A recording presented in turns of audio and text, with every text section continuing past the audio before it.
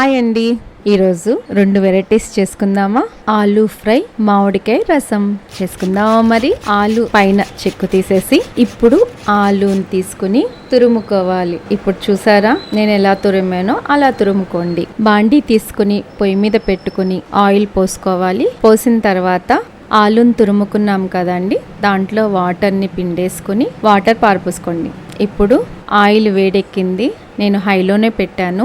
ఇప్పుడు మనం కోరాం కదండి ఆలు, దాంట్లో వేసుకుని వేయించుకోండి. ఆలు ఫ్రై అయిపోయిందండి, దోరగా వేయించుకుని ఒక గిన్నెలోకి తీసుకోండి. అదే ఆయిల్లో నేను చూపించిన విధంగా పల్లీలు వేయించుకోండి, పక్కన పెట్టుకోండి. అదే గరిటలో జీడిపప్పు, వెల్లుల్లిపాయలు చిన్న ముక్కలు కట్ చేసుకొని అవి కూడా దాంట్లో వేసుకోండి. కరివేపాకును చూసినప్పుడల్లా చిన్న చిచ్చుపుడ్లాగా చిటపటలాడుతుంది, అందుకనే కొంచెం దూరంగా ఉండండి. వేయించుకున్నాం కదా, వేసిన తర్వాత ఇప్పుడు మనం ఆలు వేయించుకున్నాం కదా, ఇప్పుడు ఆలు దాంట్లో వేసి ఉప్పు వేసుకోవాలి, కారం వేసుకోవాలి, వేయించిన జీలకర్ర పొడి కూడా వేసుకోవాలి. స్పూన్తో కలుపుకోవద్దు, నేను చూపించిన విధంగా చేయండి. కరకరలాడే ఆలు ఫ్రై రెడీ.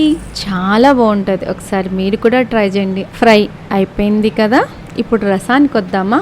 ఇప్పుడు మామిడికాయ తీసుకుని చెక్కు తీసుకొని ముక్కలుగా కట్ చేసుకుని కుక్కర్లో వేసుకోండి. తర్వాత పసుపు వేసుకోవాలి, వాటర్ పోయాలి, పోసి ఒక విజిల్ రానివ్వాలి. బాండీ తీసుకుని బాండీలో ఆయిల్ వేసుకోవాలి.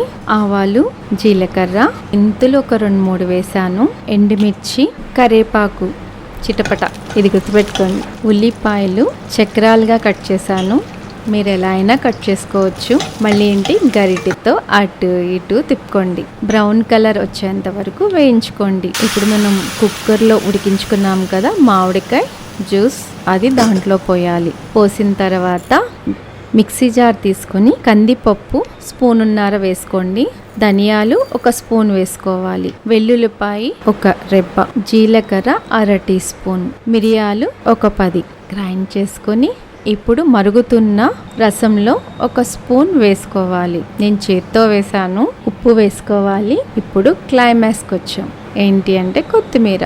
వేడన్నంలో ఈ రసం వేసుకుని ఫ్రై చేసుకుని తింటే సూపర్ అండి.